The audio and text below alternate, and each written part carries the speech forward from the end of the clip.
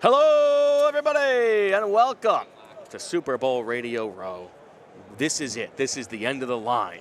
This is the PHLY Eagles show presented by Factor Meal Kits. Head to factormeals.com/Eagles50 and use code Eagles50 to get 50% off. I am Bo Wulf. That is Zach Berman.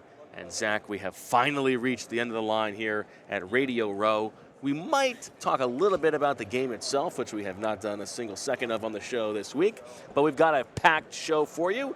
Jordan Mailata, Britain Covey, Josh Norris and Hayden Winks of Underdogs. We've got the promised interview with a former Bo Wulf Camp Crush and several players involved in the game on Sunday, left over from media night. Lots to get to. We're excited. Yeah, it's been a good week. I've enjoyed. Tip of the cap. I've enjoyed doing these shows with you. I've so appreciated everything Julia's done. I want our audience to know Julia, our producer, has been amazing this week in terms of getting all these clips up. Yeah. Julia. Like it's not. Julia. It's hard to do the show most days, but this week with all these clips and putting them together. So the clips, the bad Wi-Fi, the moving around, having to shoot. Yeah, we so appreciate that. Appreciate all the guests. It's a different way of covering the Super Bowl than I've done it the previous few times, but this has been awesome. Julia, how has this week been for you? I would say like utterly exhausting, but the outcome has been worth the exhaustion. It's been awesome. Ooh, how about that? I like that. And we hope our audience enjoys it too. And the great thing about this is it lives on YouTube, in right? perpetuity. Yeah, so if you're ever like, I want to know about James Winchester's time with the Eagles, you can find that. If you want to know about, well, does Joe Tooney pee sitting down? Well, you're gonna have to stay tuned for that in this episode. You can find out about that. You can hear Donovan McNabb's insight, and you can hear Jordan Mailata's insight, and you can hear Zaire Franklin talk about the best players from Philly. Like, we've had so many good guests this week. DeAndre Swift, you can catalog that leading up to free agency. So it's been a lot of fun. All right, well, let's get things going here because we got a lot to get to. So we're going to start with Jordan Mailata, who we caught up with yesterday. That's Thursday. You broke news to Jordan. Broke news to Jordan. I actually feel a little bit guilty about this. You're going to watch this and you're going to see this is the end of this interview is not fun, and it's my fault. But I appreciate Jordan being there to be asked this question. So let's watch that now. Jordan Mailata. We thank you very much for taking a minute. Give us quickly like the characterization of people who play rugby league versus rugby union. What's like who's tougher? I mean, I don't know. I think it's two different. Again, it is the same sport, but it sort of is different because in rugby league you're running more, and rugby's a little bit more physical. You know, more contact in the game. But that's how I'll sit on the wall with that one. I'll sit on the fence. Okay. And what are you here? What are you here to talk about? I've been talking about the NRL. You've been doing this all morning. This is what I've been doing. I'm actually talking about the NRL. They're coming here, Las Vegas, playing at Allegiant Stadium, March 2nd. 4 teams coming down. Up and over, that's what I've been saying. 4 teams coming up and over, so you don't have to go down under. Okay. All right, see what I did there? Right. So you don't have to go down under. And one of them I played for, the South Sydney Rabbitohs, are coming here to play. And yeah, show off their skills, man. Show that the talent that they have down under. So go from there. Speaking of down under, you found out this week the Eagles are playing in Brazil, week 1. A, what do you think of that? And B, how long until the game's in Australia? This is awesome. It's a great opportunity for, again, the sport to grow internationally. And what an opportunity to go check out beautiful Brazil. So excited for that. I'm going to ask you the question that everybody wants to know here at Super Bowl Radio Row. It's what everybody's talking about. What do you make of Roy Eastvan leaving to go to Cleveland? You're lying. No, that was reported today. I didn't know that. Really? I'm sorry to break the news. Fuck. We like a Roy. Well, I love Roy. Oh, damn. Thanks for breaking the news. I don't mean to make you upset. I thought you would have known. I love Roy. Okay. Tell us why. I mean, he's the backbone of our operation. Stout's everything, foundation and the base. But Roy is the backbone. I'm proud that he gets to go to Cleveland. But holy shit, I'm gonna call him. Okay, we'll let you go then. Thanks. How do we feel about the way we did Jordan dirty there? Well, I don't know if we did him dirty. Like, I just assumed he would have known. That's news, right? I didn't know you were going to ask that. I was like, okay. How do I not? I'm a journalist. I'm not going to ask the offensive lineman about his assistant offensive line coach leaving, the news that broke that day? Sure. No. I just didn't know that rose to the level. I didn't realize. You don't think Roy Eastman rises to the level of Jordan Mailata knowing who he is? No, I know. Caring about the guy who's Jordan in the level Mailata every know who day? he is. I didn't know if our audience knew who he was. Right? We just did a whole thing yesterday about RI Rhode Island. Yeah. DJ Elliott, Delaware. That's true. That is true. But no, it was good seeing Jordan. Jordan's promoting football in Australia, and yeah, it was nice to see him. He was a good sport. His line is always, "My life is like a movie," right? And he was here just all day long. He's doing a thing with David Chang in like a Toyota truck. They're just doing some kind of interview. I don't know. He's making the rounds all over the place. He's talking to The Rock. Yeah, it's amazing. I saw that, and I'm standing there, and there's all these people surrounding them, and The Rock must be thinking oh wow, Jordan Mailata is such a star that all these people want his photo. Yeah, you made the same joke on Twitter. Okay, well, this is. I think it's a worthwhile. I thought it was a good joke, good delivery. Yeah, it wasn't sold well. Joya's cracking up. Is she cracking up at your response or at my joke? Thank you, Joya. Yes. And the response. Yeah. But Jordan is a star here, and it's interesting to kind of compare. If you're looking for Jordan Mailata in here, even with hundreds and thousands, well, I would say there was 1,000 people in here. Yeah, I would say so. Yeah. You can find Jordan. I mean, you might have to walk around a bit, but you can find Jordan. Britain blends in a little bit more. Nice transition, Zach. Yeah, with Britain Covey, because Jordan Mailata 6'8", Britain Covey 5'8", a little different there. Well, we did have a chance to talk to Britain Covey. Britain sat down in this seat right here, spent some time with us, some good conversation. We bring that to you right this second. Britain Covey is with us here. Thursday is the day when all the stars are here, and Britain is here. What am I wearing? What is this? Okay, so this is my company that I'm working with. It's called a Morpho, and it's a weighted vest. As people know, I'm the smallest on the team, right? Sure. If someone asks me Not in the locker room, but on the team. Exactly. Okay. Yes, I got Boston Scott by a few inches, maybe not strength, but basically if you were to ask me to go put up 225 and stuff, I'm just not strong like that. But I've seen a lot of guys who are strong in the weight room that aren't great football players. And so this company, what we've done is kind of create a vest that you can move around in, because I've always felt like it's better to lift the muscles that you're actually going to use on the field. Because, you know what I mean? Someone can bench, but it's how often are you going to use that in a game, honestly? If you go run routes with this, you're working the exact muscles that you're going to use. So it's like a donut for a baseball bat, but just for your whole body. Exactly. Yeah, that's a good analogy. Yeah, totally. You can use that one in subsequent interviews if you want. I like that, yeah. But they've also got shirts and tights with the weights down the legs and stuff. Okay. So it's not a lot of weight, but that's kind of the goal of it, is it doesn't hurt your joints and it doesn't change your mechanics. So Ted Rath and our strength staff, they ordered 30 of these once I gave it to them, and so that's the whole weight room. But it's helped me a lot, honestly, and I credit a lot of that I haven't missed any games in my career to stuff like this. So my next interview, I'm going to be moving much faster. Yeah. Well, I put this on pregame, run a few, and then I take it off. I do imagine for you, that has to be a major part of your training consideration. Is 100%. I'm on the field with these giants. How do I stay healthy? How do I avoid big hits? Absolutely, and I mean, even just with your performance, things like, say I put on 10 pounds, I still probably won't be able to block a linebacker as well as, a Julio Jones will. Right. That's making a very small difference in your game. A very small difference, and so you have to find ways to do that differently. And so, for example, I've found different ways to keep the linebacker's eyes on me without having to actually block him by different stem patterns or different things, and it's just as effective, if not more effective. And so you learn to focus on your strengths and kind of build on those, and not spend too much time on things that make a minor difference. You try and, you know what I mean? That's kind of what you do, and each person's different like that, but. There's a snugness to this, which is really comforting. It's great. Like getting a nice hug. Yeah. I'm curious your perspective on this day, this experience. You were here last year as a player, right? So you didn't get the media row element of it.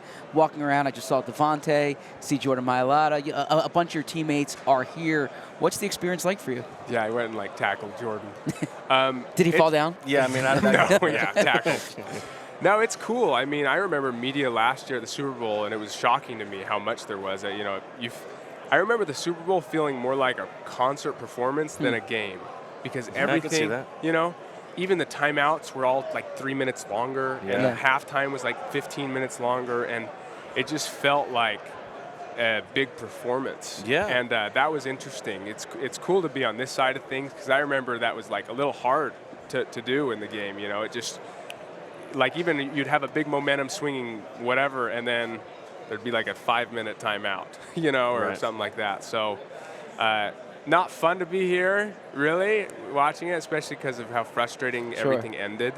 But I think at the end of the day, I think this experience has been motivating for a lot of us.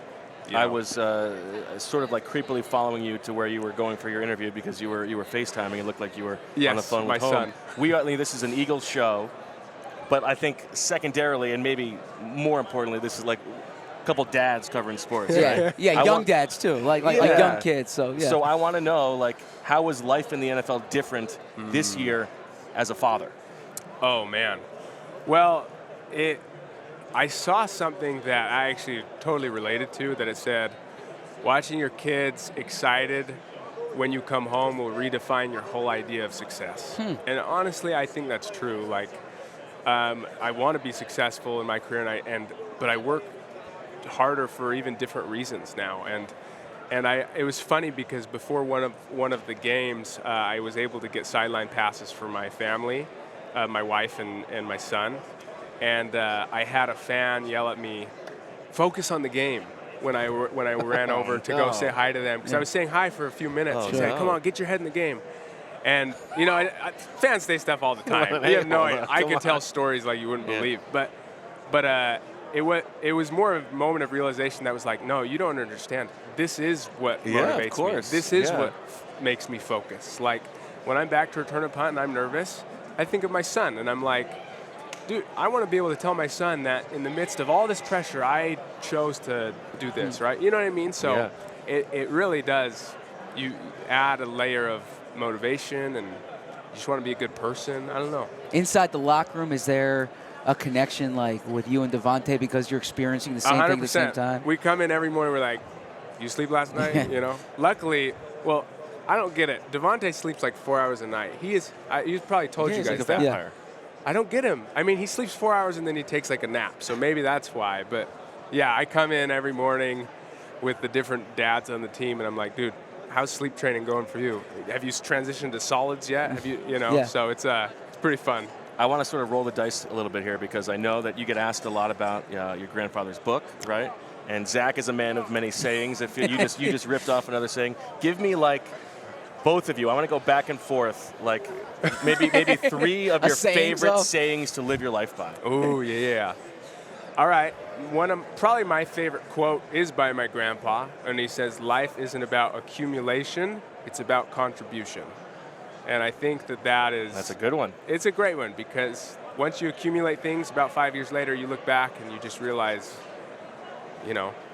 cool, but it doesn't bring you the same joy and fulfillment and purpose that contribution does, whether that's to people's lives, to relationships.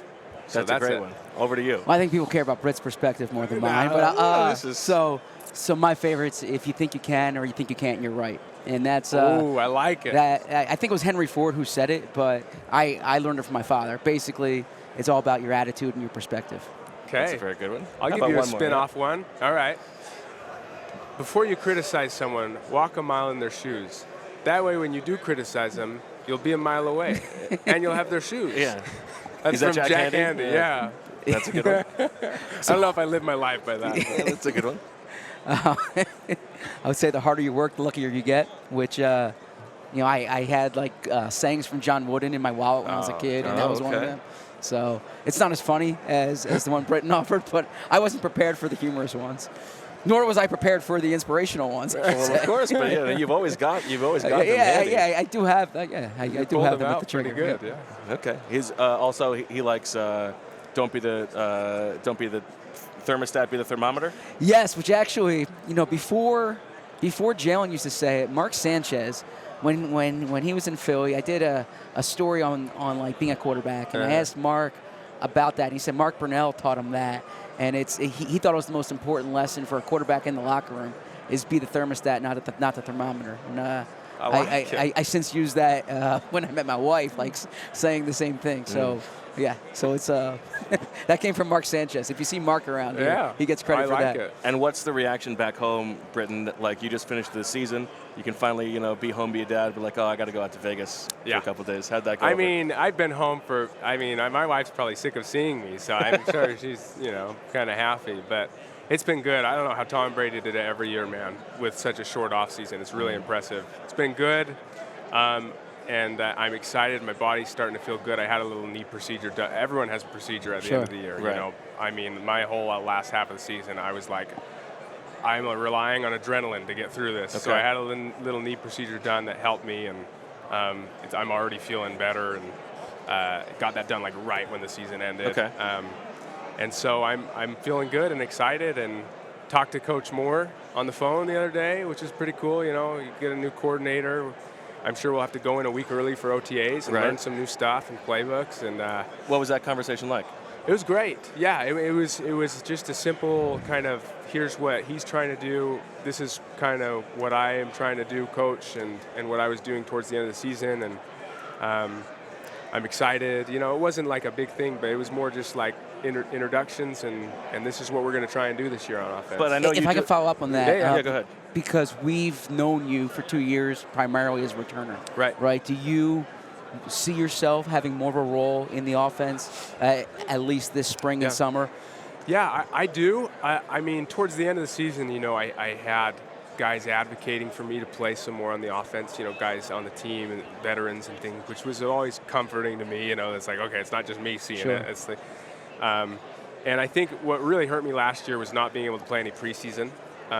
Because if it were a real game, I would have played, but I needed to be smart, right, with my knee and hamstring and stuff. And so I definitely know that I can be a good receiver, especially I'm not delusional. I can't be a receiver one in the league, Even you got to be special, even have different body types and things like that. But I know I can be an effective slot receiver. I mean, I do it in practice all the time. Right.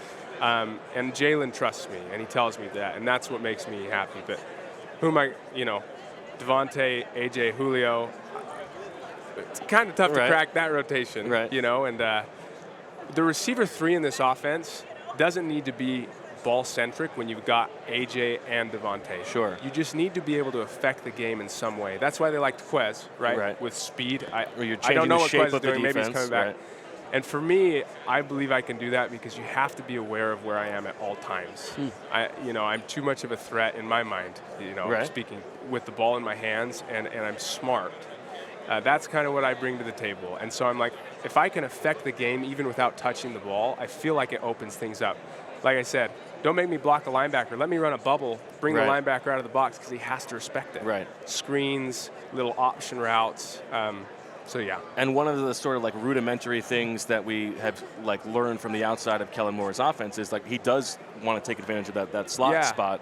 Are you the kind of person who has like started to do your research on his offenses? I have, yeah. I mean, even when he was the quarterback's coach and Cole Beasley was there, I've watched him. This year I'm going to be training with Austin Collie. Let's hope you're not a rapper like Cole Beasley. Okay. This year I'm going to be training with Austin Collie, who, if you remember, was on the slot receiver for the Colts, and he's brilliant. And so I'm, like I said, I don't know what my role will be. I do believe that I'll get opportunities. I'm not I'm not shy about my feelings about what I could do, but it will take time, I know. And so I just own my role, whatever that is, and then hopefully it grows. If I can sneak one last question because we have to wrap it up here, is the Brazil game was announced this week. Your reaction to that? You just did a whole interview in Spanish over there. Uh-huh.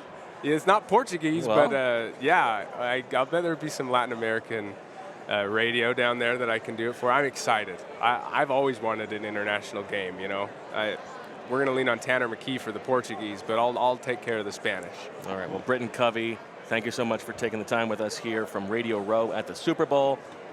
Feeling nice and loose, ready to go for my next interview. Thanks so much, Britain. Thanks, guys. Good to see you.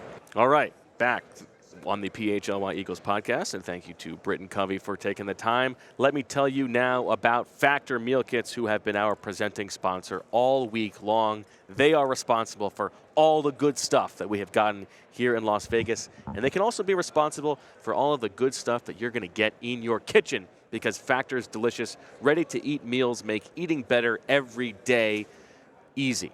Wherever tomorrow takes you, be ready with pre-prepared, chef-crafted, and dietitian-approved meals delivered right to your door.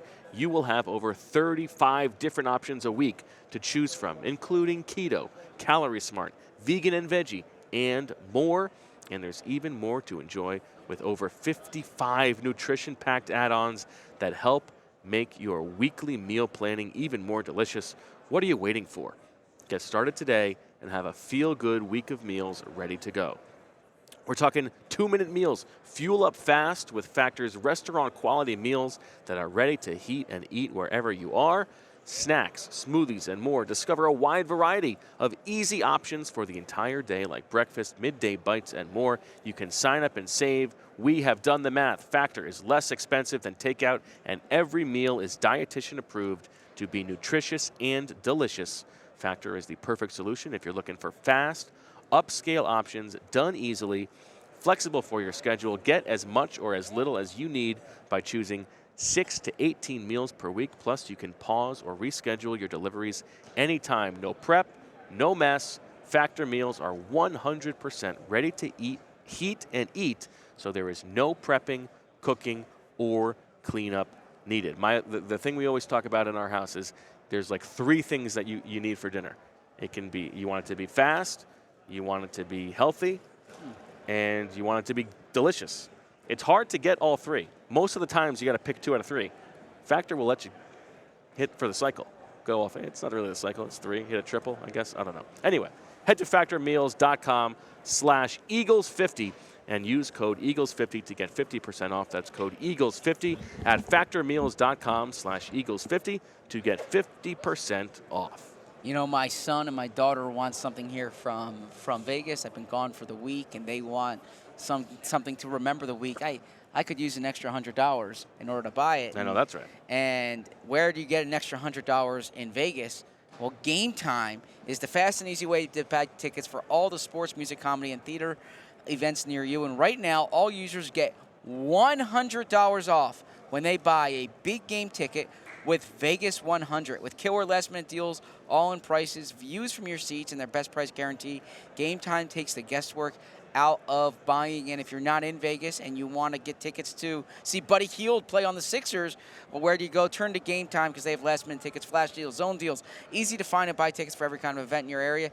Views from all seats in the venue and the lowest price guaranteed, event cancellation protection, job loss protection, and more. With those zone deals that I mentioned, you pick the section and Game Time picks the seats for big-time savings. And the Game Time guarantee means you always get the best price. If you find tickets in the same section and row for less, Game Time will credit you 110% of the difference. Take the guesswork out of buying tickets with Game Time. Just download the game, or if you're not going to the game, use code PHLY for $20 off your first purchase. Download Game Time today. Last-minute tickets, the lowest price, guaranteed. Now, you heard Britain Covey and me. That was an interesting game by you. I liked it. Going back and forth with some motivational sayings, some maxims, if you will. What's your favorite maxim? Do unto others as you would have done unto you. Interesting. Okay. Okay. Did not expect you to say that one, but okay. I like Bring that the one. pain to Spain.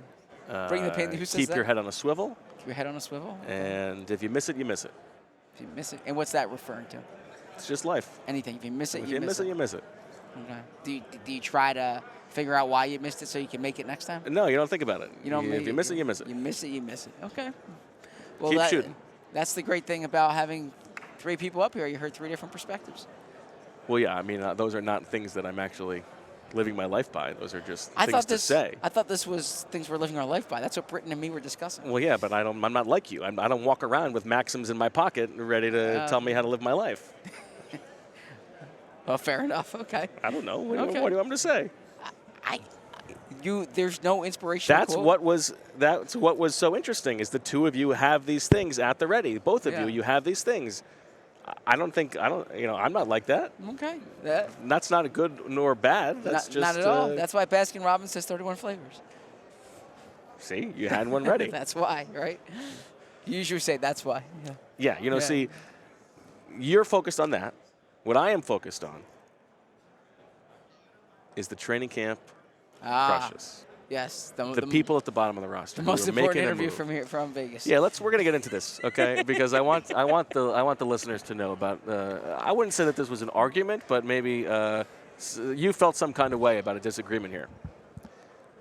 Your contention was that our listeners, as Philadelphia Eagles fans, would be more interested in the interview with Clay Harbor than this following interview.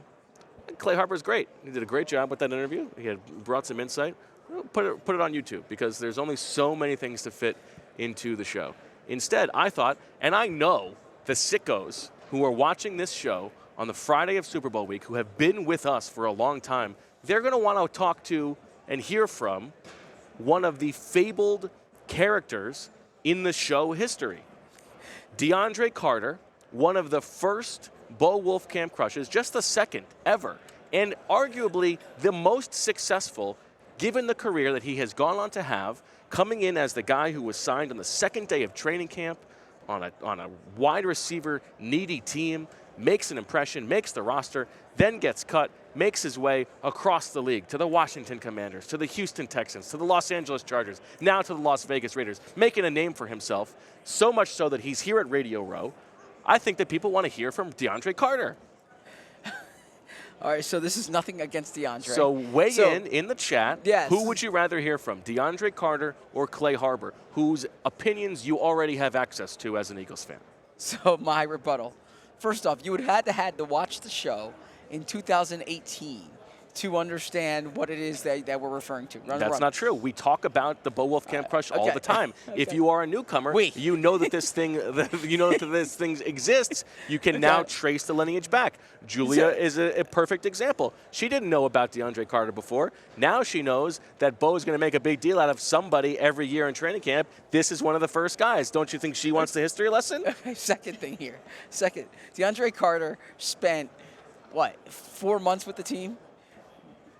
Clay Harbor was with the team for 3 years. Yes, and I would argue that DeAndre Carter made a larger impact. I would actually argue that's not the case at all. If you actually look at the aggregate, if you look at the total numbers. Third thing, we had a conversation about the Eagles' new offense from someone who studied the film, studied the numbers. We had a conversation about... It was so insightful that we put it right up on the YouTube page so people didn't have to wait to see it. This way they get to get Clay Harbor's opinions. We had a conversation about 2 tight end sets from some, and the succession plan at tight end from someone who was once supposed to be You didn't even watch the DeAndre Carter interview. You have no idea what's coming up in this interview. Of the succession plan, okay? So we have that, but that gets relegated. So we can talk about an esoteric camp crush. Who are you to take a dump on DeAndre Carter? I'm not taking a dump on DeAndre Carter. I'm just saying, for a show about the Eagles, what would have more merit? I want you guys to tweet at us. I want you to reach out to us. Let us know which interview you think is a bigger deal for the viewers and listeners of this show, because I don't think it's even close. Okay. Look, it's that's why Baskin Robbins has 31 flavors, right? You just used that. That's the point, right? Everyone has different ways. I don't even. This is not debatable. I mean, we did a whole thing. We finally got Matt Ryan the other day, a 6-year payoff. That's part of the show's deep history. We spoke to the lore of the show. We spoke to a co-founder of the show who was here when the DeAndre Carter thing was happening, and even he was like laughing at the idea of it. But No, I he think was it's on my also- side. That's not what I recall. Are you kidding me? That's not what I recall. Yeah, but You're living in a different world, my friend. it's called reality. But It is not called reality. But you know what? I'm excited for the DeAndre Carter interview. And by the way, shout out to DeAndre Carter because you're absolutely right. Oh, by the way, shout out to DeAndre Carter. Yeah, No, that's a nice thing to say. no. You spend the whole time saying nobody should watch this. But by the way, thanks for taking the time, DeAndre. I'm not saying no one should watch it. I admire anyone who like builds an NFL career, especially from scratch, like DeAndre Carter has, right? Against the odds, he's built it. He deserves recognition. I like that it's part of the show. I'm just like, it's like, all right, Zach over there. I felt like Zach over there. And I felt like Leonardo DiCaprio in Titanic and you're Kate Winslet, right? Draw me like one of your French girls, Zach. All right. Let's talk to DeAndre Carter, one of the great heroes of the Birds with Friends PHLY Eagles timeline, one of the most important figures in show history, and one of the people who is generous and nice enough with his time to spend some time with us here on Radio Row. All right, we are back on Radio Row, and we have, for me, this is huge. Yeah. We have DeAndre Carter, currently of the Las Vegas Raiders, formerly of the Houston Texans, the Los Angeles Chargers, the Washington Commanders, most importantly, in my eyes, the Philadelphia Eagles. How are you, DeAndre? Yeah, I'm great. I appreciate you guys for having me on. Now, you have no way of knowing this. Right. But every year at training camp for the Eagles, I have like a camp crush. Okay. There's somebody who comes in who's not at the top of the roster. Yeah. And they do something that just catches my eye, and they are my guy forever. For the rest of the time. The first one, I believe, was Sua Opeta. Okay. The second one was DeAndre Carter. Yes, sir. I appreciate And that. you came in, I believe you were signed like the second day of camp. Yeah, I was. What do you remember about that summer? It was a wild, kind of situation. And kind of they brought me in, like you said, day 2 of camp, really as like a camp body. We had some guys getting, go down in the said it, not me. in the receiver room. So I was definitely a camp body. But to me, it was an opportunity to go out and, put the best version of myself on film. I felt like I did, what I needed to do to take advantage of the opportunity, was able to make that roster. It was actually the first time I made a roster in the NFL at that point. So it was exciting, man. Philly's got a special place in my heart for sure. That's great. I mean, I'm gassing you up all summer. Yeah, I'm like, this guy, the way that he's running routes, it's unlike anybody else on the roster right now. He's so shifty. I talked to, I think, some of your college coaches, did a story for The Athletic on it. And that was, like, from there, your career has been blossomed. So I want you to know that, like, from afar, there are people who are rooting for you and like reveling in the success that you have had. For sure, I appreciate that too. And I still get a little love from Philly on Twitter and stuff like that from the Philly fans.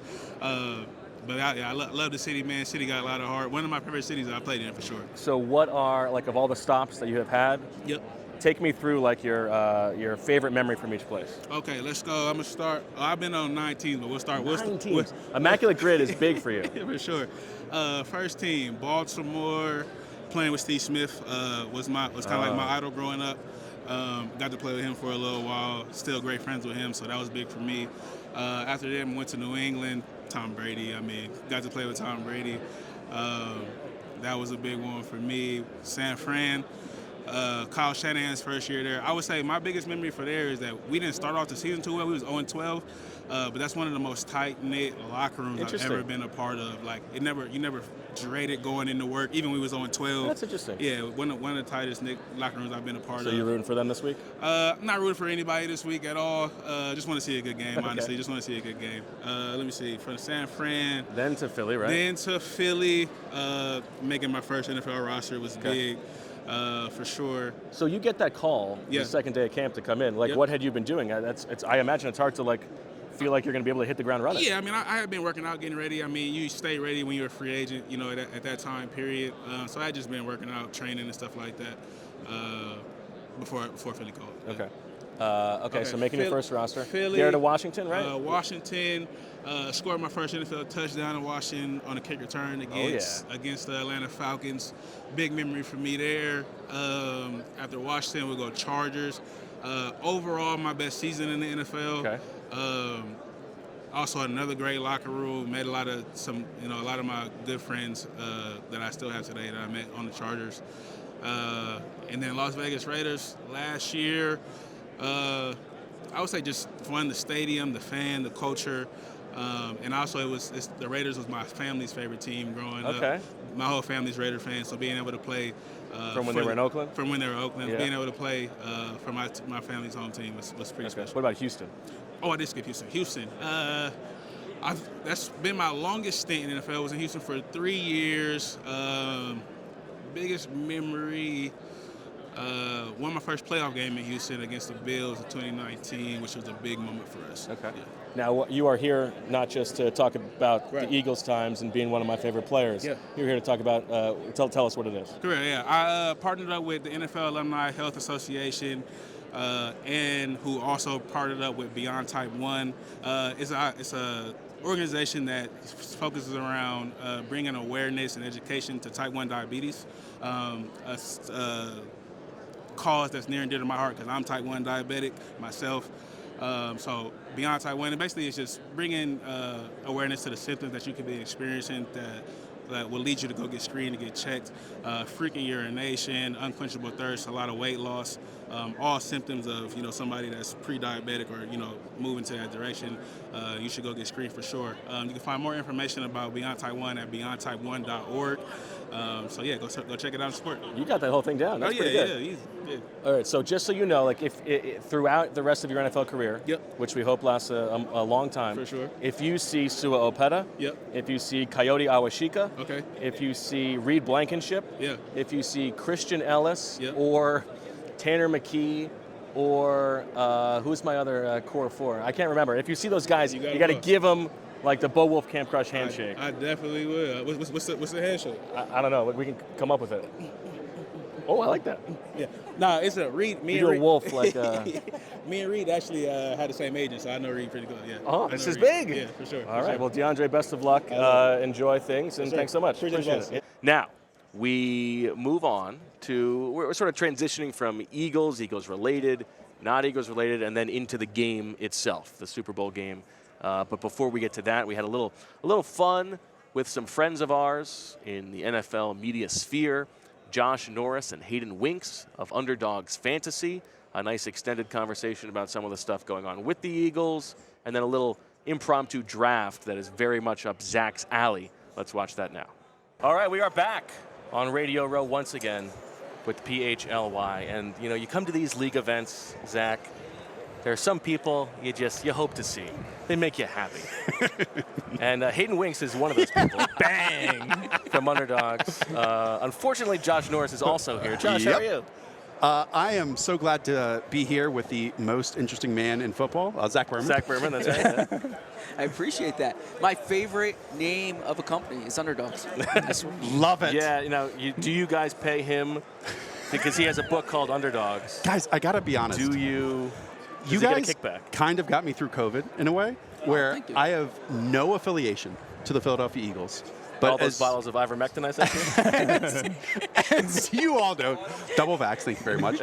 As you guys know, I would just randomly jump into your chat and talk and want to be around the duo that I'm sitting in front of. So whenever we do this in person and not just be internet pals, I absolutely love it. I appreciate it, although I have a bone to pick. Last year at the Super Bowl, Bo and Shield got the invite to the bus. Yeah. And I'm sitting in my room there watching it, and I'm like, I felt like I was in high school again, and Joy was at a party I wasn't invited to. Right? I feel like if we invited you on the bus, we'd be drafting like memoirs or something. And I've never read one in my entire life. Fair enough. Guilty as charged there. Yeah. Hayden, what's new with you?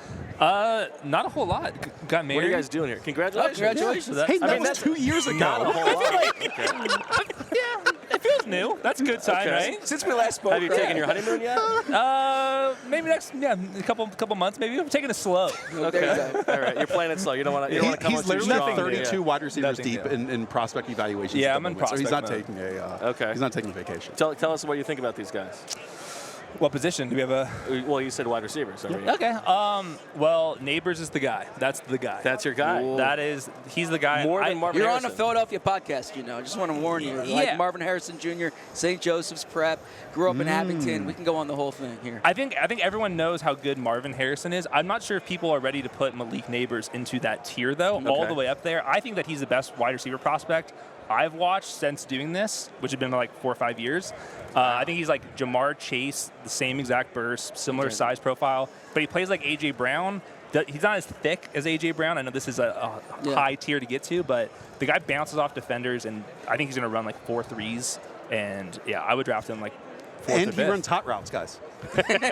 So he's not eligible to Well, play so for the the Eagles don't want him. Yeah, exactly. He was No, number 2 they on have no use for that. Yeah, he was number 2 on Devontae Smith's Heisman voting. I'm sure you've talked about this 100 times.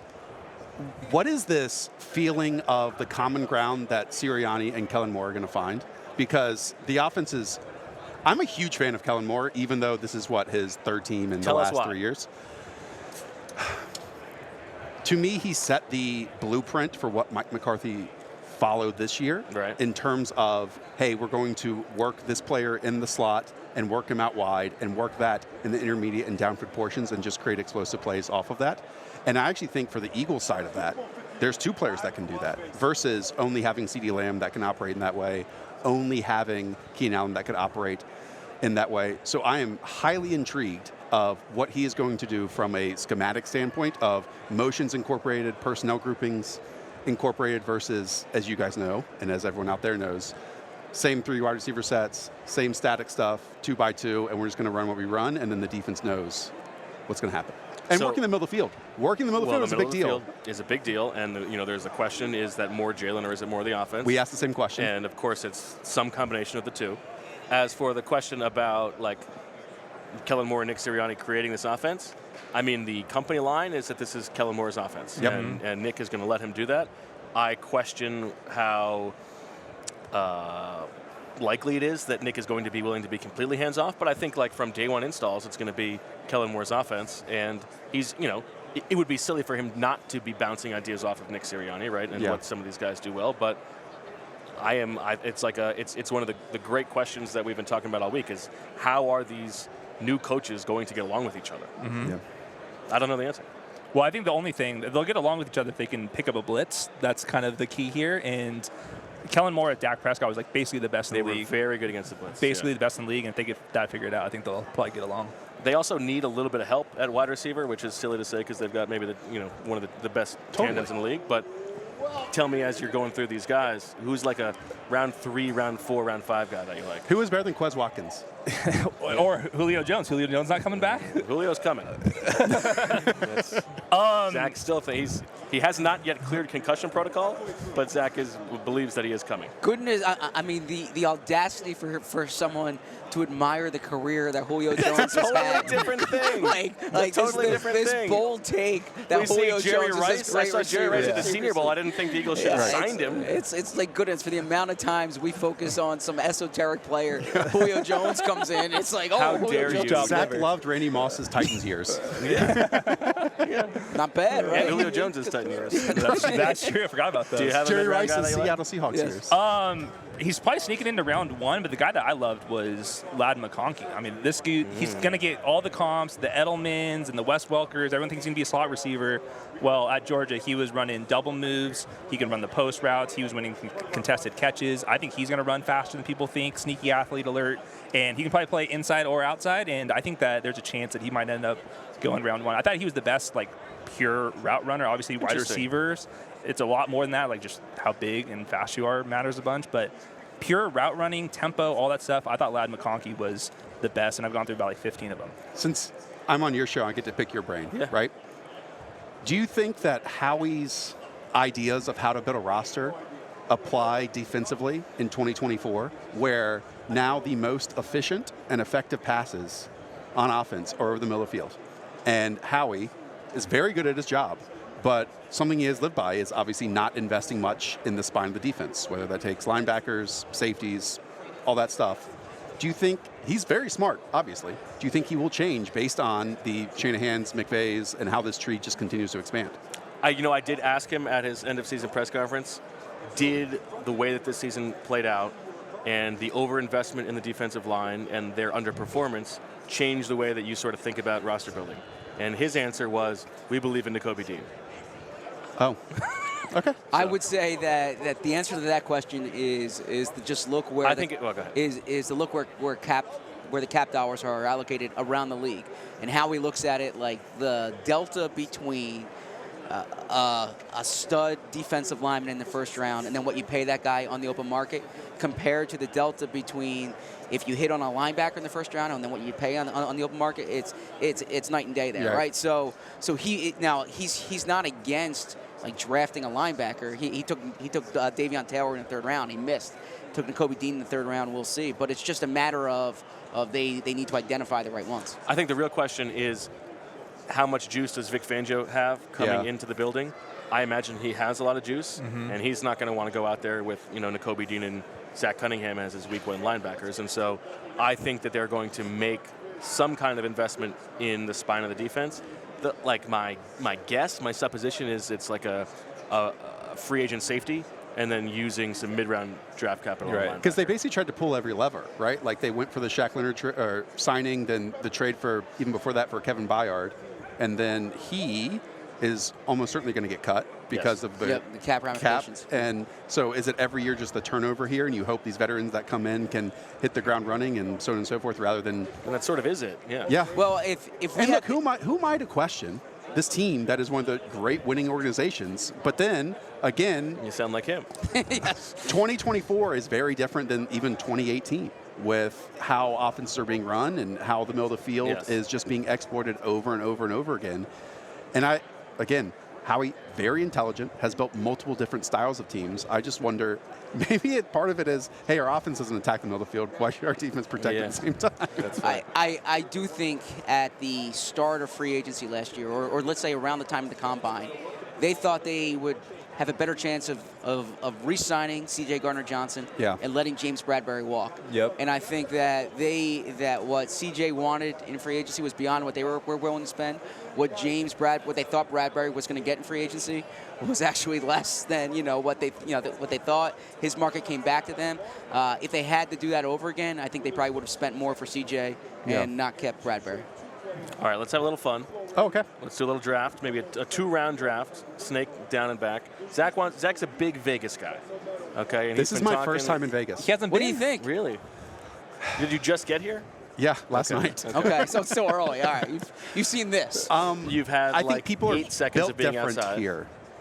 I mean, just walking by a bar this morning at 7 a.m., it was ashtray, beer, coffee, and playing slot machine while sitting at the bar. So, and that was just Zach on his way to the show. My thing, Zach, is I don't know if I understand how to experience Las Vegas, because it's a maze to even get outside any of these places, and and I also don't know how to play casino games, any of that stuff. So I'm just a novice at all. I need to stay out with you till like 9 p.m., I guess.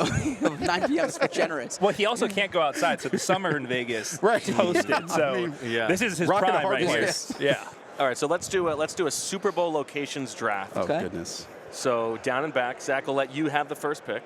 Oh no, maybe John should have the first pick. Have the guest have the first pick. Oh man. Okay. And this is for you specifically. You're not Roger Goodell. You're Josh Norris. I know. Let me be clear. I know it is going to be cold. First off, but to me, there is no better downtown centralized experience than a place we all know and love, and that is Indianapolis, where.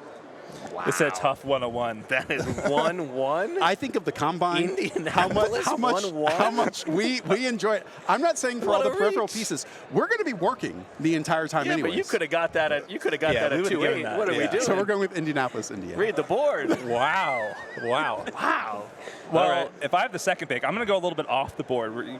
I want San Diego. We'll move the Chargers back there. Okay. It is the best little downtown area. Weather's going to be a positive. No, I live a where little he bit wants north to of live. it. Okay. But it is just the best. So he and- wants the honeymoon. Yeah, exactly. But the great downtown scene, better weather. You got the beaches, the whole thing that Josh is afraid of. Yep. The sun, but it's a gorgeous little town. It What are you doesn't. afraid of more, the sun or like the water? The sun. The sun's a problem for this guy. Very much. Yeah. SPF 60 if it surpasses, let's say, less than 27 clouds in the sky. Okay, that's fair. All right, I like that. I like that one. I mean, I'm going to take the one that I think is like the consensus number one on the board. I'm taking Nah. Yeah, that's See, one. never one. been to New Orleans. Yeah. Now I've been to New Orleans, loving New Orleans, great food, got a good infrastructure to host host the Super Bowl. Give me New Orleans.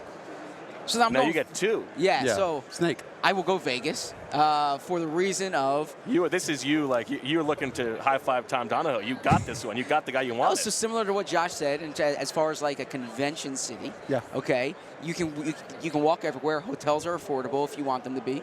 You can find every type of food you could want. The airport's near. Like from a convenience perspective, you don't have to get in a car if you don't want to. Okay. You can get from place to place walking. The weather, not this week, but typically is going to be good. There's nonstop flights, and it can be affordable if you want it to be affordable. So I think Vegas is strong from a Super Bowl perspective because there are better cities, but if you're thinking about Super Bowl, logistics matter so much. Like San Francisco is so spread out, right? LA even is so spread out. LA was awful. Yeah, so you're trying to think No offense. logistically what makes sense. Easy. Okay, I like that. Okay, your second pick. And my second pick, so I'm going back and forth between. I'm gonna go with Tampa. Okay. Oh. And You I'm love saying Tampa. Shrine Game Central no one back in the the day. world Wow. loves Tampa as much as you love Tampa. that is We're more St. erroneous. Petersburg people. I was That's right. I was gonna say Miami, Shrine game, but no, Tampa is very. Actually, I navigable. take that back. E.J. Smith loves Tampa. I'm gonna say Tampa's very navigable. It's I mean, actually, if I would want to take that back. I already said it. I already picked it. I can't. But Turned in the You card. wanna go no, back to because Doha? I was going back and forth between Miami and Tampa. The thing is, when it's in Miami, everything is so spread out. Yep. If like you're confined to South Beach or you're confined to Fort Lauderdale, it would be different. But if you're staying one place and things are going on 45 minutes away, it doesn't do you any See, good from a Super Bowl perspective. I love Zach's brain because we're on this side of the And we table. hope that it gets studied one day. I mean, for real. We're not on the fan enjoyment side. We want ease of access. Yes. Yeah. We want credential pickups. Yeah, good we weather. want where's the closest Starbucks, Yep. which is walkable, right? We don't want everything spread out where you're stuck in traffic for 55 minutes and you miss things. That's very true. How would you feel about Philadelphia hosting a Super Bowl? I mean, Could- Philadelphia, it can host everything. Like, Okay. like to me, well, the World Cup's coming in 2026, July 4th. In 2026, the 250-year anniversary of the United States is going to be a quarterfinals game, potentially between the U.S. and England. I mean, come on. I mean, that's like that would be far-fetched that it that's could be those two teams, but the hardest could potentially be between Morocco and Peru. Argentina. Yeah, exactly. story. I'm selling the audience here. I'm selling Philly. Like, how They don't, great need, is they don't that? need a rematch. That one was already won decisively. Well, I mean, it could be won decisively by the U.S. again in 2026. But no, I think Philly's so good for it could host everything. Zach will say, went to an Aston Villa match this summer in Philadelphia. Had never been to a sporting event in Philadelphia, period. And just the trio of stadiums in that south I don't even know where I'm talking about, but Yeah. was very cool and seems very one-off, unique to the city of Philadelphia, and I've never seen it before anywhere else. EJ, who we just mentioned, will like that you're a Villa man. He's a budding Aston Villa fan. Really? Yes. I'm a Brighton man myself. You and I, though, are of like minds. that's Let's put it okay. that way. All right, I will go. You know what? I'm not going to pick it because of the it's too spread out, especially the airports, and it's too cold. But I do love a Chicago. I feel like a Chicago would do well. I at the thought we Super were Bowl. picking places that have But- actually had Super Bowls. No, it could be anywhere. All right, well, then I would So- take my Tampa But pick you're- back in a heartbeat. Yeah, I took San Diego. Then But we you're got an a team. outdoor Super Bowl Well, in, San Diego Well, that's in what the I'm not winter? taking. I'm taking London. Oh, go I mean, come on. This is this is crazy. Why? You can't. Why is that crazy? It has to be a place that's No, this could be anywhere. That's like me doing a fantasy football draft and taking Mike Trout, right? You can't do Yeah, that. that's funny. No, so San Diego's literally hosted a Super Bowl before. Okay, you can't pick Chicago. They never hosted. Okay, how about Lambeau Field? Then we're talking about Lambeau Field's never hosted a Super Bowl before. Indianapolis has hosted a Super Bowl. You don't make the rules. He is right now. Yeah. We're talking about when we pitched this, I was thinking about cities that have hosted What did Super you Bowls. take number one again? Indy. They've hosted Indy. a Super Bowl. Yeah. Indoor. Yeah. Gross. You can go Minneapolis I'm if you taking want. London. You can go- okay. Well, then can I change my pick then? No. Sure. No, it's too Bryn late. Mawr. Okay. No, go ahead, Zach. This will be Now, more once fun. the next pick is in, it is hard. This will be more fun, Zach. Go ahead. Well, actually, it's hosted it, but He just You can't do that. regretted his choice No, then so you know what I'll poorly. do? I think you could go Dallas. Dallas is a good one. They've got I was gonna say New York. okay. All right, go ahead, Aiden. I was thinking. we gotta finish this. Yeah. Sorry. I was originally thinking Nashville or New York. I have not been to Nashville though. Just seems like Great it'd be, food city. Yeah, it seems like they've got enough things going on. Name a city in the world. New York. Great food city. Yeah, everything's got some good food. It's on you if you Thank can't you. find some good Hayden, food. thank you. Yes. Bo, Sheil made this debate last week. We were Yeah. talking to someone. I said That's the Nashville's a point, great though. food You city. you can find great Sheil food said- anywhere. Sheil So said you call every when soccer you name city. a city, Right. you can't just say, "Oh, great Right. food city." Like, oh yeah, Right. they got air there. Well, I also we go on a vacation. We're there for 3 days. We've been to 6 restaurants, and we're taking that sample size and saying that this entire city Sure. doesn't have good food. But I'll go to Okay. New York. How are relations between New York and Philadelphia? I'm a West Coast guy. Good, bad, same? I feel like it used to be more combative than it is now. What do you think? Yeah, it's like Eli and Peyton Manning, right? I mean, yeah, Peyton gets all the hype, right? But Eli, if you really know, you respect Eli. Zach being an Eli guy is not surprising. I was in not the expecting least. Eli to Well, I'm also a Peyton guy, though. So. He's an The everybody Manning guy. family, yes. But yeah, no, I He's a covered Cooper Eli. guy. I covered First down the Giants Bo. beat, he walked over Oh, yeah. and introduced himself to Eli Manning. Like, I'm Zach Berman, gave him a real strong handshake, great to meet you. And Eli's like, who is this guy? You know, Eli talks after losses and not after wins. Oh. Yeah, so? Accountability. You have to respect it. You have to respect that, yes. All right, close us out.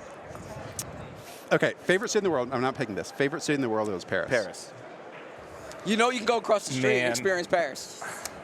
My man. Thank you. It really is like the perfect city. Oh. But the one I'm going to pick is Charlotte because So you don't have to leave. March 11th, Underdog is launching their first sports book in North Carolina. Nice. Congratulations. nicely That's awesome. done. In North Carolina. So That's Charlotte awesome. is the answer. And, David Tepper deserves something. So And are you relocating back home anytime I soon? am actually. Are you married. really? Yeah. Wow. Good for you. Congratulations. That's an I awesome need a accomplishment. yard. Brooklyn rent got too high? I mean, it is getting higher and higher every day we speak. Okay, well, thank you. Anytime for you, Zach. All right, Josh Norris, Hayden Winks, Underdogs. The Philadelphia Eagles' emotional road to Super Bowl victory can be bought in stores anywhere. That is the book by Zach Berman. And on eBay as well. And on eBay as well. And give us the quick pitch on Underdogs. Yeah, if you guys are into the NFL draft, free agency, and then later on your fantasy football leagues, Underdog Fantasy Football channel on your YouTube page. All right. Well, we appreciate you guys stopping by. Have a good rest of the week here You too. at the Super Bowl, and we're back with more on PHLY. All right, we are back on Radio Row, Bo Wulf, Zach Berman, and we transition now to the game that is coming up on Sunday here at Allegiant Stadium in Las Vegas.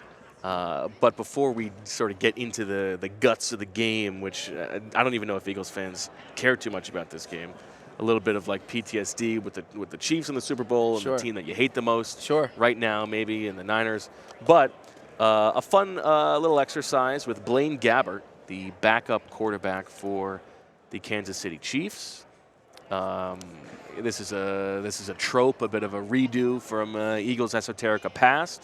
On media night, had a chance to catch up with Blaine Gabbert to go through all of the touchdown passes in his career, dating back to his days with the Jacksonville Jaguars. He has traveled all over the league. Does he remember them? Is he as good of a sport as Josh McCown?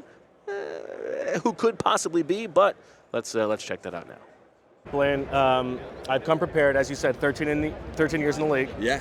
You've been around the block. I have the list here of the 28 different players who you have thrown touchdown passes to in your career. How many do you think you can name? I'll give it a good let's do it. run. Cecil Shorts. Cecil Shorts, 4. That's the second most that you have. Mike Thomas. Mike from Thomas, the Arizona. first one. Yep. I threw him a Hail Mary at the end of the first half. I remember that, Carolina. yeah. It rained like 14 inches that game. Coach Heck, or O-line coach, still shows a clip of that Hail Mary. Okay, I like that. Which is classic. As teach tape on like how to not let it happen, or? It's just a play that when they're kind of guarding the goal line, we kind of ran that one. Mercedes Lewis, Maurice. I don't know if I threw one to Zach Miller in the regular season. You did one. I did, Yep. Going year 2. Justin Blackman. Justin that Blackman. was year 3. Yep. Jason Hill. Jason Hill, you got 3 to him. Yep. All right. I like you're doing this chronologically. That's smart. San Francisco. So you got Garrett Selleck, Vance McDonald. Vance McDonald, the most. 5 to Vance McDonald. Garrett Selleck, did you get that one? Yep. Anquan Bolden. Yep. Bruce Ellington or Quentin Patton. Yes. Am I missing any from Jacksonville? You are missing 1, 2, 3, LaRon 4 Robinson, any? From no LaRon Robinson. Greg Jones. No Greg Jones. No. There is one offensive lineman on here, I believe. Guy Wimper. Guy versus Wimper. The Packers. Nicely done. Remember that? What was the play call there? That was a long time ago. I have no idea. You said I'm missing 3 more from Jacksonville? Yes. Dang. Let's see. One was a Give me 5th some round hints. pick. Little guy played the slot. One. Spurlock is there. Yeah. Not the one I was saying, but yes. One guy you threw 2 to. Initials CW. CW. Yeah. This is a guy who, I mean, these are some great. Remember the names? I don't know. I do not remember this guy. Give me a hint. Not East, but. Yes. He played at Fresno State. Yeah. Golly. Chaston West. Yeah. Chaston West. Chaston West. Yeah. And then the other one That's from a great Jacksonville, Jarrett Dillard. Oh, yeah. JD from Rice. Yeah. Okay. He was there my rookie year. San Francisco, I've got 3 more. We cover the Eagles. There's one former Eagle on here who made a big play in the Super Bowl. You had 3 to him in San Francisco. Played in Philly? Yeah, but after San Francisco, Baltimore before that. Oh, Torrey. And then, did you say Jeremy Curley? I did not say Curly. Okay. And then the He was other my one- draft class from TCU. Okay. And then I'm out of chronological order. One more San Francisco. Kick returner, I think. Give me a hint. JS. JS. Bart and Lisa. Oh, Rome. Jerome Simpson. Yes. Front flip. Remember the front flip in Cincy? Ah, there you go. That's awesome. Okay. And all right, now you go to then- Arizona. So you got Larry. Yes. Jerron Brown. Yes, nicely done. Ricky Seals Jones. Yes, 3 to him. That's it for Arizona. Yep. Then you got And 4 in then Tennessee. Tennessee would be Michael Pruitt. Nice. Tennessee, I'm trying to think. Michael Pruitt. It wouldn't have been Corey Davis. Nope. Give me some hints. Tight end. Stock? Luke Yep. Stocker? Yep. And then both receivers whose first names start with T. Tajay Sharp. Correct. And give me a hint. The other one's a double T. Tim the Tool Man. Oh, Tywan Taylor. Yes. And then 3 in Tampa. It would have been Gronk. Yes. Mike. Yes. And got no idea who else. Russell Gage. Oh, Russ. Yeah, last year. I mean, I feel like Gronk, Mike Evans, Anquan Bolden, Larry Fitzgerald, you've got a lot of Hall of Famers on Yeah, there. those are some good players to play with. All right. Do you have a favorite touchdown pass? I threw one to Gronky. We were in Okay. Detroit. I was like, we lined up pre-snap, and I looked over to the left. I go, Gronk, get your head around, because we knew what they were in, and it was a wide open touchdown. That was a pretty fun one. But you know, they're all fun. We have a good time out there. Thank you to Blaine Gabbert for taking the time with us on Media Night. Let me tell you now about True Fan Travel and the tailgate party that they are having on Sunday in Vegas for the big old game. That's right. This Sunday, if you are here in Vegas and you're a PHLY listener, and if you're looking for an awesome experience to watch the game, well, True Fan Travel will be hosting a tailgate and watch party at the Daylight Beach Club at Mandalay Bay within walking distance of Allegiant Stadium. This is the best place to be before, during, and after the big game on Sunday. It's a 5-hour premium open bar, all-inclusive package with fan favorite food options, private restrooms, outdoor heaters, DJ entertainment from 2 to 3:30 p.m., great location, just a short walk from the stadium, with surprise guests to be announced. I love that they put the private restrooms in there. That's a huge deal. Absolutely. Yeah, for a tailgate, you don't usually see that. You don't want to be peeing sitting down with the commoners. No, you always want your own bathroom, right? Yeah, private restrooms, absolutely. So reserve your spot now to the all-inclusive VIP tailgate and watch party, or they have an option for private cabanas available. Must be 21 or older, but head to truefan.travel/trip/Super Bowl 2024 to learn more. Okay, Zach, how are you, give me your general excitement level for this game. What are you most excited to see about the game? Well, if I'm being honest with you, what I'm most excited for at this game is watching with my son. Because I've never watched the Super Bowl with him, and he's at that age where he's starting to get into football. So nice. And I love my job. There's nothing else I'd rather be doing. But one of the things, I don't get to watch football with my son, right? So he's excited for the Super Bowl. I'm excited to watch it with him. So that's that. You guys going to do a little party? What are you going to do? Yeah. We're going to have some family over. My brothers are coming. All right. I'm excited to, I would have loved to cover the game, right? But short of covering the game, I'm excited to experience it as a consumer. We haven't had that in a while, right? Well, we had it 2 years ago, I guess, but. I mean, wouldn't you at this point, with knowing that, you've got Reed who's excited about the game, but wouldn't you rather do that than cover this game, which does not affect the Eagles? I'd still rather cover the game, but yeah, I love being. Why? I love being around the action. There's you get your competitive juices flowing, right? I would love to cover the game, but I'm excited to watch. I can't wait. Short of covering the game, I'm excited to watch the game with him. Okay. Yeah. So as far as the game itself, what am I looking forward to? Is I don't mean that as a shot at Reed, by the way. It kind of came off that way, but I wasn't going to say it. No, look, when you're, as you know, when you do this for a living, you want to be where the action is, right? Yeah, but we've been here where the action is all week long. Sure, but it is Sunday, very cool to cover Super Bowl, yeah, no doubt about it. Exactly. So it's awesome. It is the coolest thing you can do as a reporter, but really when it's the team that you cover in the game. I don't know. Yeah, I've done it, but it's obviously better when it's the team you cover in the game. You just know more. It's more meaningful. But the games that I've covered, the Super Bowls that I've covered when the Eagles weren't in it, were awesome to cover too, and they're memorable. And I'm gonna have a memory in my own right. But yeah, I want to be where the action is. That gets. You want to be where the people are. That gets my blood flowing. That's what excites me. So I want to be where the action is. That's the best way I can describe it. For this game itself, Patrick Mahomes and this quest for greatness, I'm looking forward to seeing that. Same thing with Andy Reid. I've studied Andy Reid. I've saw the end of his Eagles career. I've seen all 25 years here. It's amazing to think that he could be winning Super Bowl number 3, right? And so that's what jumps out to me.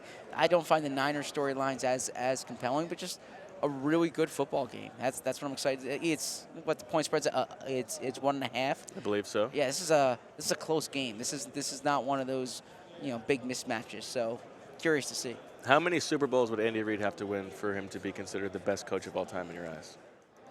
Oh, good question. Probably 5. You think 5 would get him over Belichick for you? Belichick's at what, 6? Yeah, 6. Belichick's at 6. Now he includes the ones as an assistant, right? But 6 as a head coach, right? So I would say, probably 6. Look, I think you would have to tie him. We're ring counters, so it has to be 6. Well, who's we? Like we at society are ring counters. Okay. You know? Yeah, it's always the LeBron Michael Jordan debate. I mean, I can't tell you how many times. Well, it's been a. The problem is neither of them has done it without arguably the best quarterback in the history of the world as their quarterback. So Nick Wright and I used to always have these LeBron Kobe debates, and like the rings would be my argument all the time. Yeah, I find that wanting. I find that unmoving. Okay. LeBron's a better player. That's why Baskin-Robbins has 31 flavors. At this point, I'm just trying to get Julia to laugh. No, that's good. The more you do it, the better it is. That's the entire Bo Wulf School of Comedy. I mean, LeBron's a much better player than Kobe Bryant. It's not even close.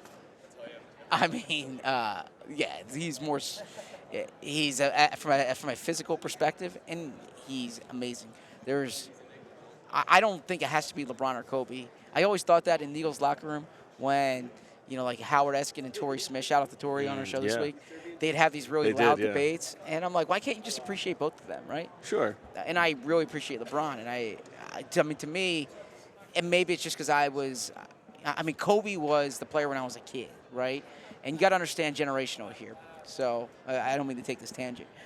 Growing up in the Philadelphia area, when when you're getting into basketball, Julia, it's going to be like a 4-hour show. 7, 8, 9, 10 years old.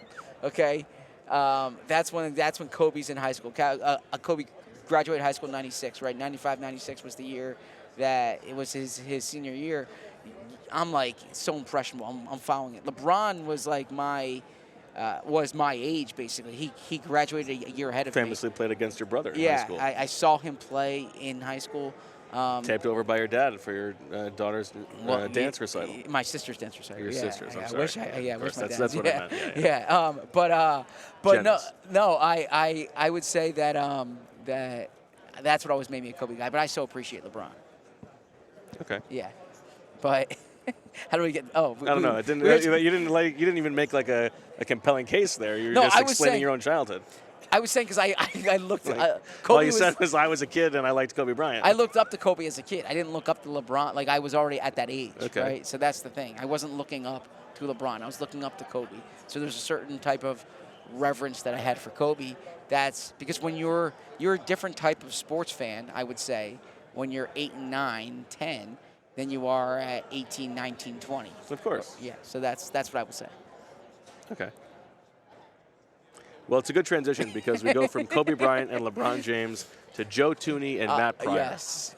2 of the very important players in this game. Joe Thuney may not play. Matt Pryor probably won't play. But we talked to both of them on Media Night. This is our last piece of canned content before we come back with a Goose Wisely for the Super Bowl.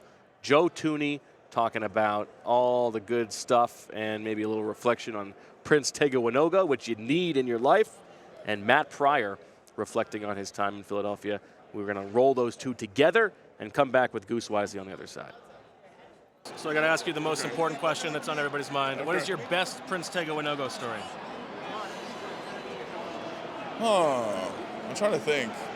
He really likes soccer, and we like soccer a lot. Okay. Like he the Nigerian national team, and we always, during whether it be the AFCON's going on. Yeah, and so we always talk. I always just really enjoy, and he's great at he can juggle a soccer ball so well, and so he's super athletic. And he's got good feet. Yeah, super coordinated, and so we always just when you said that, I just thought of in the locker room doing stuff like that or talking soccer. So yeah. Who is your least favorite Eagle to play against? Least favorite Eagle to play against. I mean, it's like a tie. There's a bunch. I mean, their D-line, is very. Fletcher Cox supposed to play on the right. Javon Hargrave was also, extremely good player. Brandon Graham's a great player. Timmy Jernigan in 2017. Oh wow, yeah, you're going back. I mean, there's a lot. Yeah, there's a bunch. Okay. Yeah. A couple survey questions. If you had a time machine, you could use it for one day. What would you use it for? Time machine for one day. I would probably watch. It's a hard one. I think it would be. I would want to watch them building the Great Pyramid about 5,000 years ago. Okay, but only one day. I know. I need like they're like 60% done. Yeah. So they're getting the heavy blocks so you up can there. see how it's being. I just want to just see what it was like. Like, okay. You know, it was You crazy. can just go to the Luxor, but. That's true. I mean, just I don't know. Yeah, cool. I think that's a good one. What would you say? Well, it'd be cool to like see what dinosaurs look like, I guess. For sure. Yeah. But yeah, and then you get into the whole do you kill baby Hitler? But that's a different line of questioning. Yeah. Celebrity crush from when you were a kid. I always really liked Harry Potter, so Emma Watson. Oh, nice. Yeah. My son just read the first book. We just watched the first movie. He's probably smitten. He's probably smitten on the show. Yeah. And then last one, is it okay to pee sitting down? Yeah, whatever you want to do. How often are you peeing sitting down? Not very often, but whatever you want to do. It's no judgment. Okay. Do whatever you want. You're in the bathroom. I don't care.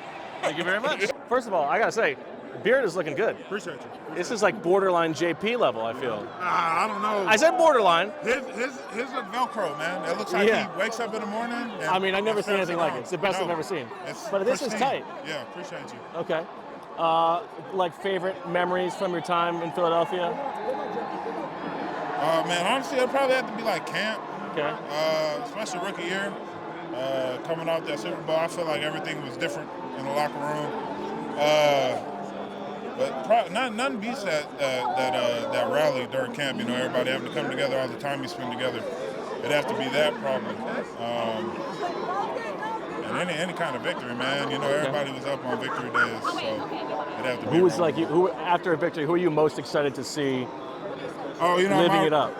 Oh, it'd be me and Jordan. Okay. Yeah, you know, me and Jordan were roommates our first 2 years. So, you know, that's my boy, always and forever. So it'd be Mailata. And how much shit do you give him for like, oh, you're so rich now, like this is my guy? Like, I don't give him shit for that, man. That's my boy. But you're happy to see it. Yeah, man. I love to see his success, man. He's came a long way.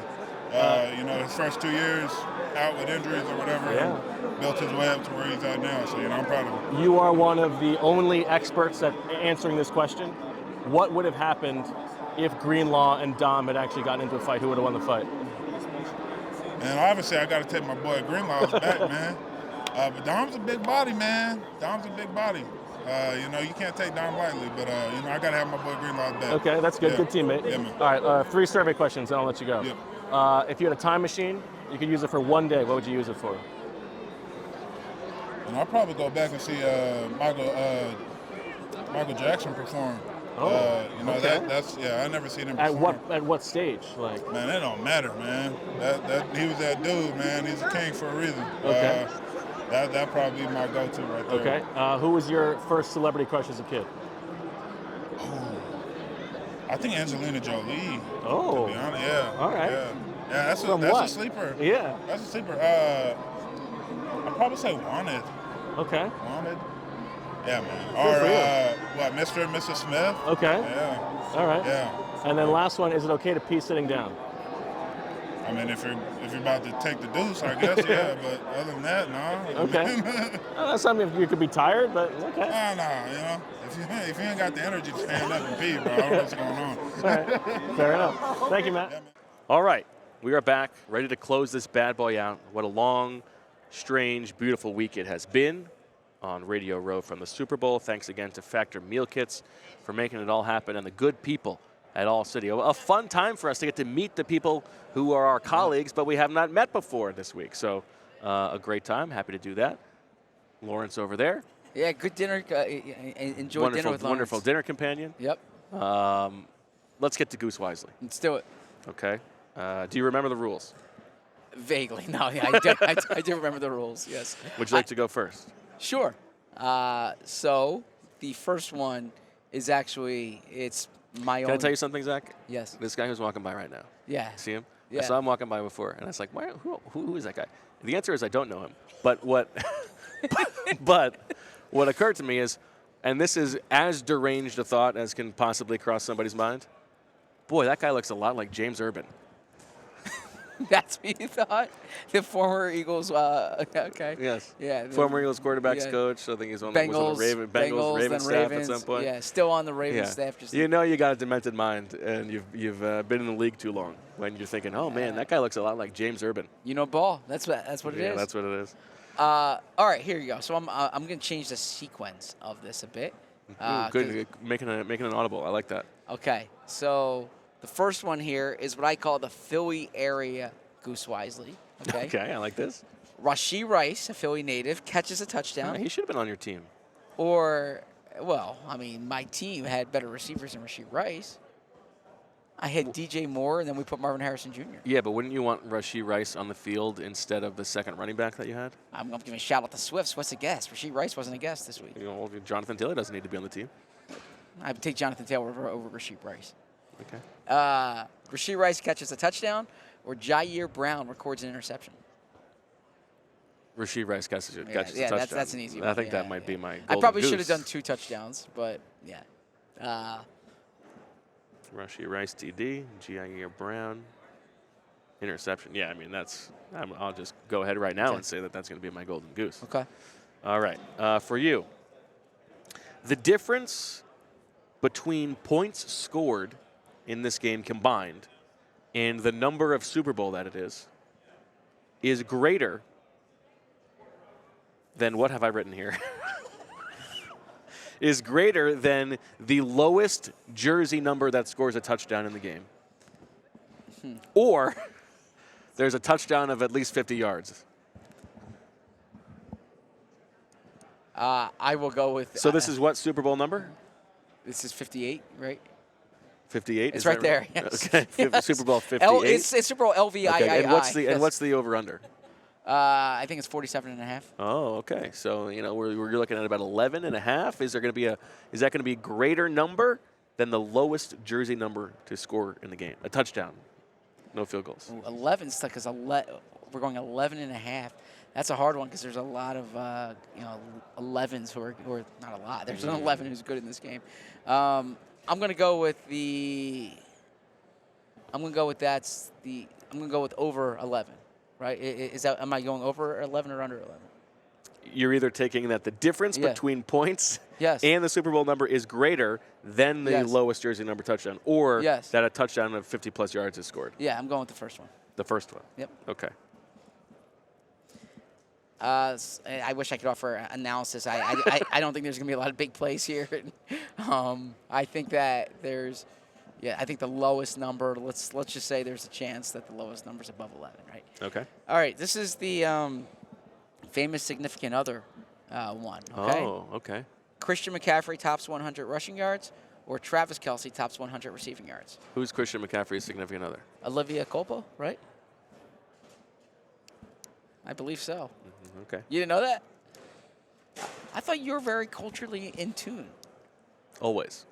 Yeah, Olivia Culpo. Yeah, boom, nailed it. Okay. He tops 100 yards rushing, or Yep. Kelce tops 100 yards receiving? Yes.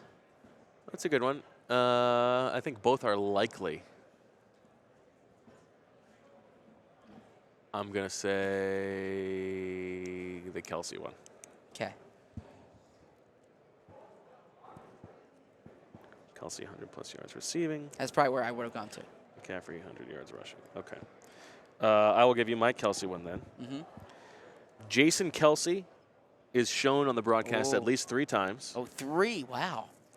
Now, this is going to be from kickoff to end of the game. Not pregame. Yeah, not pregame. Anything. He's shown on the broadcast at least 3 times. And not postgame hugging Travis and. Correct. Yeah, okay. Or at least 3 players attempt to pass in the game. At least 3 players attempt to pass in the game. Okay. Wait, so just clarification. I'm thinking when you said shown, Jason has to appear on the screen. They're not featuring Jason Kelce on the screen.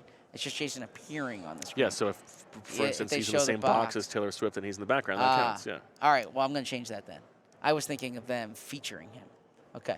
Okay. I'm going to go with 3 because I think they show that box more than, and I think he'll be in the shot. It's hard to get a box in this game, as Olivia Culpo can tell you.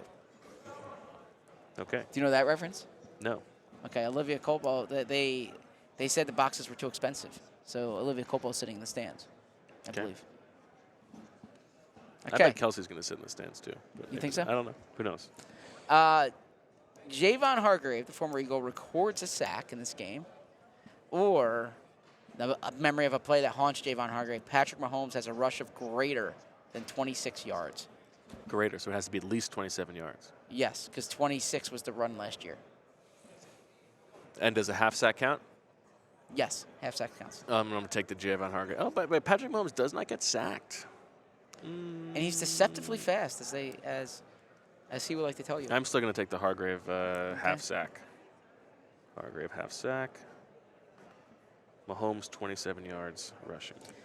Hargrave has 7 sacks this year, 4 fewer than the year before in Philadelphia, 1 more than any defensive tackle on the Eagles had. All right, for you, Zach, I have a kick at some point hits the uprights or the crossbar. A Bo Wulf staple. A Bo Wulf staple. Or the Super Bowl MVP has a jersey number that is a prime number. Another Bo Wulf staple. 15 is not a prime number. 87 is a prime number. Is it? Yeah, I guess so. Yeah, 87 is a prime number, Okay. right? 13 is a prime number. Yeah, you got some shots here. I'm going to go with the prime number. Is that where you would have gone? Probably. Then mine here, this is, I know this is an either or. I like this one. A QB wins the MVP, or a non-QB wins the MVP. Ooh. Classic. This is a classic ZB. So you can go Mahomes, Purdy, or the field. I mean, I feel like the history would tell us that it's been a quarterback more often than it hasn't, right? Yes. And I certainly think there's a path to a non-quarterback this year, but I'm going to take the quarterbacks. By the way, we were at Circa last night. Shout out to Circa. Yeah. And I was looking over all the props, and I was looking at the MVP props, and I believe Travis Kelce was plus 1,400. And I can see a pathway for Travis Kelce to win MVP. Now, Totally. I understand that, like, if Travis Kelce has a good game, Patrick Mahomes presumably has a good game too. And so then, therefore, Mahomes would likely win it. But Travis Kelce has a lot of fame. I can definitely see Travis Kelce winning it. So that plus 1,400, I would never advise you what to bet, but that could be an interesting prop. Okay, my last one for you. The game is tied at the end of any quarter, okay? Or, let's say the winning team wins by at least 14 points. Game tied at the end of a quarter. Okay. By the way, which one did you pick? The quarterback? I picked the quarterback. That's what I thought. Okay. 14 plus margin. Okay, so I have, and as I read these, think about what you want your golden goose to be. I have Rashee Rice scores a touchdown. You have Jair Brown records an interception. I have a 50-yard touchdown is scored in the game. You have the difference between points and the Super Bowl number is greater than the lowest touchdown jersey number in the game. I have Jason Kelce, or Travis Kelce has at least 100 yards receiving. You have Christian McCaffrey has at least 100 yards rushing. I have at least 3 players attempt to pass in the game. You have there are at least 3 shots of Jason Kelce during the game broadcast. I have Javon Hargrave has a half sack. You have Patrick Mahomes rushes on 1 play for at least 27 yards. I have a kick hits the uprights. You have a prime number MVP. I have the quarterback wins MVP. You have a non-quarterback wins MVP. And I have the margin of error is at least 14 points. You have the game is tied at some point at the end of a quarter. I'm going with a non-QB wins the MVP as my golden goose. Oh, nice. That's fun. That means a guaranteed big one on an either or. I like that. Nice. All right. Question for you before we wrap up. We discussed a few times before we got out here, and I'll include Julia in this. The two of you were decidedly not Vegas people before we came out. I know we've mainly experienced the halls of this convention center. We've been outside about 3 times this whole trip. We're at best. Yeah, we're going to get some fresh air tonight on the walk to dinner. But the end is near here. The lights are coming on in the bar, so to speak. So, what's your read on Vegas at this point? And also think about this. When you said before the show, you said you feel like the lights are going on in the bar. No, last call. It's last call at the bar, and you haven't made your move yet. Do you hear that and think that Zach is referring to making your move on a person of like the sex that you are attracted to? Or do you think he means making the rounds and talking to everybody in the bar? Obviously, this is a reference to trying to get a little horn action on. Obviously. Not at all, Bo. Not at all. How Not could you? at all. Why would you say that then? No. Have you ever been somewhere and you're like, yeah, I'm going to talk to that person or that. I'm going to go. There was someone you wanted to speak to. They were in conversation, so you couldn't really talk to them. Or you were hoping to see person X, Y, or Z that night, and you haven't necessarily done it. And then all of a sudden, you're about to leave, and you're like, wait, I haven't even talked to that person. Yeah. Not in the context of last call at the bar.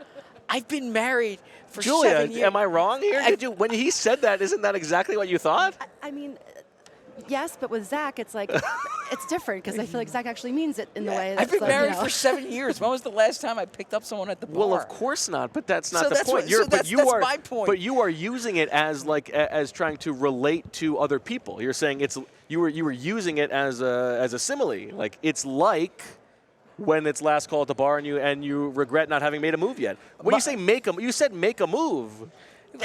Make a move's a euphemism. Like make a move is absolutely about like picking somebody up, taking them home. I've been in the airport in a crowd with you and you say let's make our move. Like you're like weaving in and out, right? Yeah, well, I don't think that's the context of the end of the line at the bar. I'm literally explaining my context to you.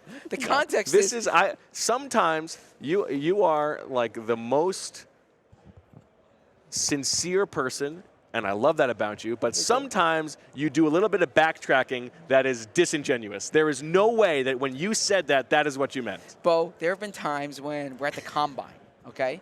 And you want to talk to this person or that person or that person, right? But it's last call, and you're like, shit, like I haven't spoken to Coach X or Scout Y. And Scout Y is good, by the way. So you got to understand, I've been like, you're celebrating your 10-year anniversary this summer, correct? Yes. Okay. I've been married for 7 years, been with Emily for 10 years. Yeah, but I'm not taking it as in any way of you needing to do this now in your life. I'm just saying when you use that context, that's like it's clear that that's what you were going for. Once again, I'm going to tell you what I've said before. I can't control your inference, okay? I can, okay? There's a difference between an implication and an inference. That's not my implication. I can control an implication. I can't control an inference. Whatever you infer is up to you. That is not what I was implying. I was implying, I can see why you would interpret that. Like, I'm not naive. As you said that, I'm like, oh, shoot. Like, okay, I can see why it would come off like that. I'm telling you, my intention was like whatever you wanted to do that night, right? You make your move. That's like an express. There have been times when you're in traffic, and I'm behind like a slow driver. Let's not debate the semantics of make your move. Yeah, in the context of the lights going on at the bar, everybody knows what make your move means. Bo, I am telling you how. If you're trying to go talk to a coach or a scout, you're not making your move on scout. If you said, excuse me from this conversation, I need to go make my move on Doug Peterson, Bo, everybody would look at you and say, that's a little freaky, Zach. Bo, if you're waiting to talk to someone over there, if we're in the locker room together, and I want to speak to Jordan Mailata, and there's a bunch of people around. I can't believe Julia is going to have to be sitting there watching this show. It's going to be like 1:50 in, and she's going to be like, I cannot believe this show has not ended yet. And the crowd dissipates. You would say, Zach, that's Jordan's free now. Go make your move, right? I'm not like that. Would you not say something like that? But you're mixing up the context of what you said. Once again, I can't control how you infer something. Yes. As to your Vegas question, yes. Here's what I would say. I think for this event, Vegas is great because Like, to be able to just walk through the casino from one casino to another to get to your hotel. Yeah. It's obviously a convention city. I think for this specific purpose, Vegas is great. Yes. I think there are other good purposes to Vegas. I would be happy to come back for 48 hours or whatever, have a good time. My only contention is like the romantic ideal you have of Vegas as like this is the most special place on earth. Everybody can there's something here for everybody. Everybody can do what they want. I mean, Vegas is a very specific type of place. By the way, without speaking out of turn about any conversations, we were speaking to someone this week who they said it's a great place for kids. You can take them to the fountains and the elevators and the escalators, and it makes a lot of sense. Anything you're looking for you can find anything. You can go, you can veg out on a pool at a pool if you want. You can get a nice massage. You can get a good meal. You can see history at Hoover Dam. I mean, there's so many things that you can do here. Okay, Yes. and yeah, You can go see history at Hoover Dam. So that's very good. Yes, Joya, how about you? I find. I'm sorry, I'm not cutting you off, Julia. There are definitely parts of Vegas and the Vegas experience that I find deeply depressing. I would have to agree with Bo. I think I saw far too many children late at night in the casino as well. Like The smoke-filled casinos. Smoke-filled casino. There's not enough places to get fresh air. It's hard to find fresh air. Like, just literally feels like a maze. So to try to get out of anywhere just takes a long time. But I've enjoyed being here with you guys. Ah, that's sweet. Thank you, Joya. Yes. I'd like to continue the conversation, but that's a good button. Still on a the whole Vegas deal, fan. which Julia knows is what we really need to get to, and that is the end of the show. So, for everybody who has stopped by and chatted with us this week at Radio Row, most specifically DeAndre Carter and Clay Harbor, the two highlights of the week, we thank both of them. We thank everybody else who we talked to. Thank everybody for watching and listening throughout the time. Enjoy the weekend. Enjoy the Super Bowl. We will be back on Monday at noon. We're going to start sticking to that noon time, which is good for everybody, I think. So, for Zach and Julia and the whole All-City crew and everybody in the world, except for Drew Brees, we thank you for listening and watching. We will talk to you on Monday. Enjoy the Super Bowl. That is a wrap on Radio Row for PHLY, the PHLY Eagles podcast. Thank you for listening and watching. And as always, we love you. We all silly like the mayor.